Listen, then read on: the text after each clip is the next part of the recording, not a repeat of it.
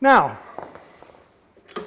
at this point, we have the tapping is finished, but we've got one more little thing to do before we take it out of the chuck. We've got to come in here and turn a little bit of a rebate in there, because the lathe spindle is not threaded all the way up to the shoulder, and we have to have a little recess there so that this will fit on all the way on and go up tight against the shoulder here.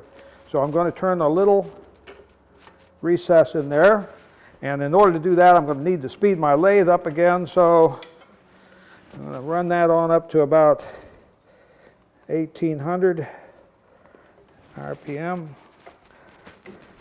and using a skew,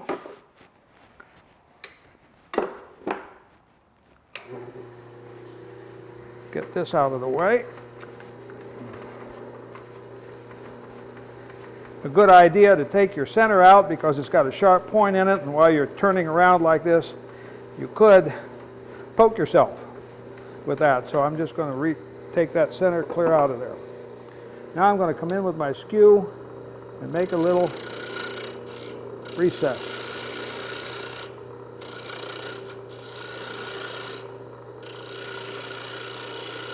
Needs to go up in there about 3/16.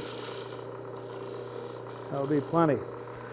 The other thing you can do at this point is to make sure that you're square back here, and you can take a little light cut right there to make sure that the back end of your chuck is nice and square. Okay, that takes care of that. Now we can take this off.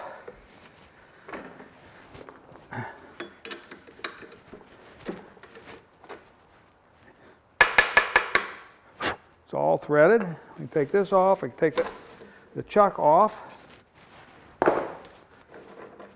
And we can make sure that it fits nicely up in there just by putting it on the lathe, and it does fit very well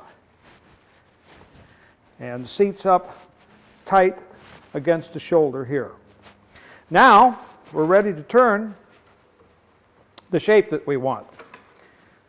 For, in this case, as I said, we're going to make a jam chuck for a 1 inch and also for a 3/4 inch hole. So we'll start right off, and I've got a big old gouge here.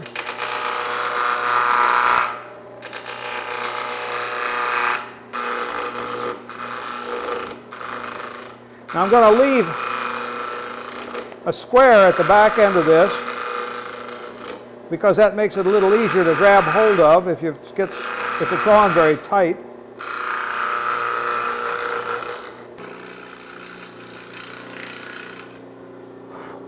All right, now I've got to turn this down here at the end. The first thing I'm going to do is make this so that it will fit a 1 inch hole. So I'm coming down with my skew here.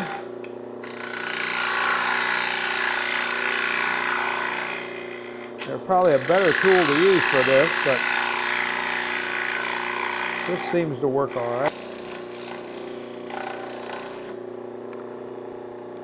Now when you're making a jam chuck, it's very important that the diameter that you make is really close to the size that you're going to fit into. And I want one that will fit into a 1 inch hole. So I'm going to use my digital calipers here.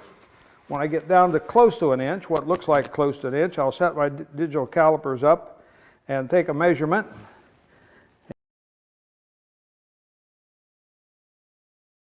Well, I've already turned this to the right diameter now, and I've spared you the necessity of watching me go through that long and arduous process, because you have to constantly stop the lathe and check the hole and then start it and take a little more off and so on until you get it down to the right size.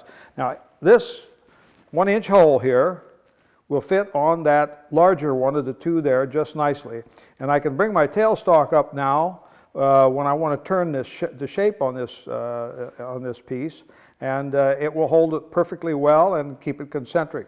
Then I've also made a 3/4 inch one down here, because the lid of the way I make my salt and pepper shakers, the lid has a 3/4 inch hole in it. And so I've got both of those jam chucks now on one unit.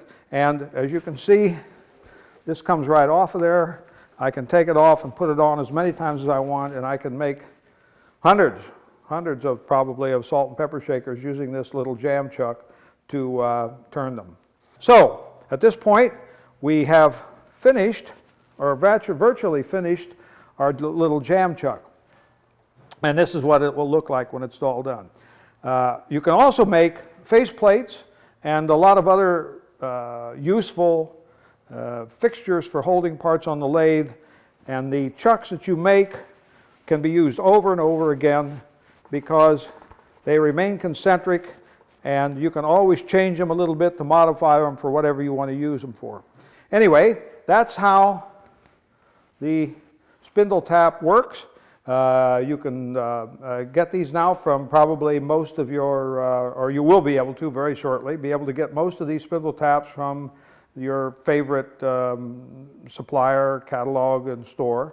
And of course you can also get them from the Beall Tool Company, which is what we have. So this should be enough. It's a very simple tool. This should be enough instructions for you can get started and make all kinds of jam chucks, wooden face plates, and whatever other kind of a fixture you may need to fit on your lathe.